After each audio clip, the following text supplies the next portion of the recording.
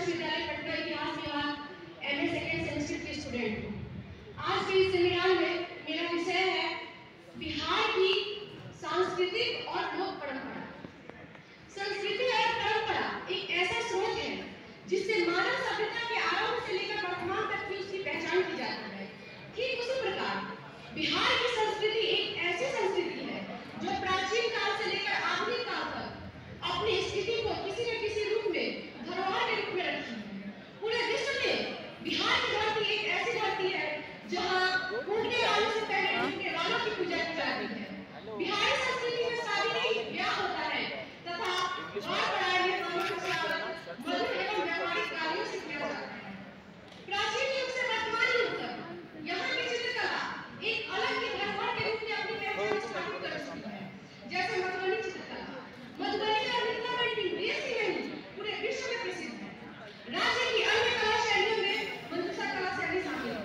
पटना कला बिहार की प्रसिद्ध चित्रकला शैली है। हस्तनिर्मित कागज या आवरण की चादरों का उपयोग, साथ ही इसके नाजुक रंगों के चित्रों का उपयोग बिहारी जीवन को चित्रित करता है।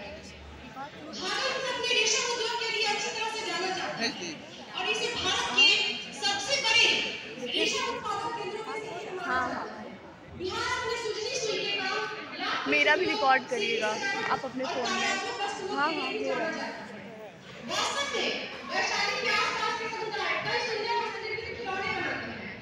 हिंदुस्तानी भारतीय शास्त्रीय संगीत के अलावा मगही लोक गायन के साथ साथ विद्यापति की मैथिली गीत इस राज्य की ओर से देश को एक महत्वपूर्ण उपहार है।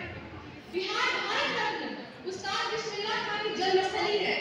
गया सांस्कृतिक सम्मेलन और ज्ञान के लिए एक महत्वपूर्ण केंद्र के रूप में वैश्विक स्तर पर प्रसिद्ध है।